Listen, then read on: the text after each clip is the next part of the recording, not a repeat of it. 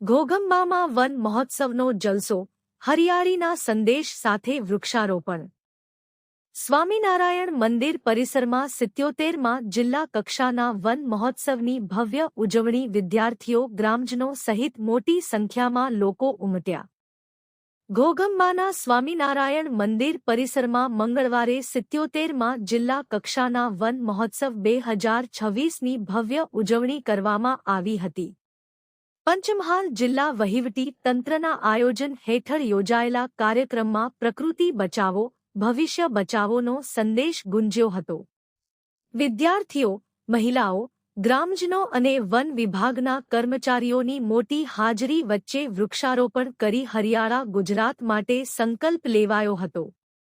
વૃક્ષો વાવ્યા, હવે ઉછેરવાની જવાબદારી કોની?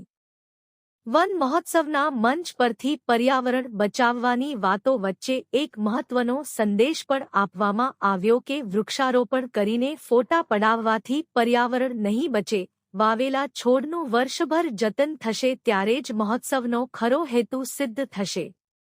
દરેક વ્યક્તિએ ઓછામાં ઓછું એક વૃક્ષ વાવી તેનું સંરક્ષણ કરવાની અપીલ કરવામાં આવી હતી. વિદ્યાર્થીઓની હાજરીથી કાર્યક્રમમાં છવાયો ઉત્સાહ. વિવિધ શાળાઓના વિદ્યાર્થીઓ મોટી સંખ્યામાં કાર્યક્રમમાં જોડાયા હતા. વિદ્યાર્થીઓમાં પર્યાવરણ પ્રત્યે જાગૃતિ આવે અને વૃક્ષોનું માનવજીવનમાં શું મહત્વ છે તે સમજાય તે માટે વિવિધ પ્રવૃત્તિઓ યોજાઈ હતી. વન વિભાગ દ્વારા પર્યાવરણ અને વૃક્ષારોપણ અંગેના માહિતીપ્રદ સ્ટોલ પણ ઊભા કરવામાં આવ્યા હતા.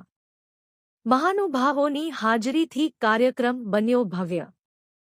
કાર્યક્રમમાં ગુજરાત રાજ્ય નાણાં પંચના ચેરમેન યમલભાઈ વ્યાસ, પંચમહાલ જિલ્લા પંચાયત પ્રમુખ નિરજભાઈ પટેલ, કાલોલ વિધાનસભાના ધારાસભ્ય ફતેસિંહ ચૌહાણ, પંચમહાલના સાંસદ રાજપાલસિંહ જાદવ, રાજ્યસભાના સાંસદ ડો જશવંતસિંહ પરમાર, છોટાઉદેપુરના સાંસદ જશુભાઈ રાઠવા સહિત વિવિધ ધારાસભ્યો, અધિકારીઓ અને આગેવાનો ઉપસ્થિત રહ્યા હતા. અગ્ર મુખ્ય વન સંરક્ષક બી.પી.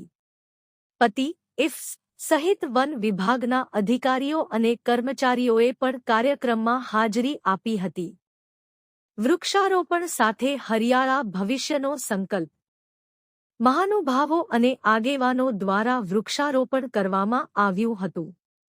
આ પ્રસંગે માત્ર વૃક્ષો વાવવાનો નહીં, પરંતુ વાવેલા દરેક છોડને ઉછેરીને આવનારી પેઢી માટે હરિયાળું ભવિષ્ય ઊભું કરવાનો સંકલ્પ કરાવવામાં આવ્યો હતો. ઘોગંબામાં યોજાયેલો વન મહોત્સવ માત્ર એક સરકારી કાર્યક્રમ બની ન રહે, પરંતુ ગામડે ગામડે હરિયાળીનો સંદેશ પહોંચે અને વાવેલા છોડ ખરેખર વૃક્ષ બને, એ જ આ ઉજવણીની સાચી સફળતા ગણાશે. વૃક્ષ વાવો નહીં, વૃક્ષ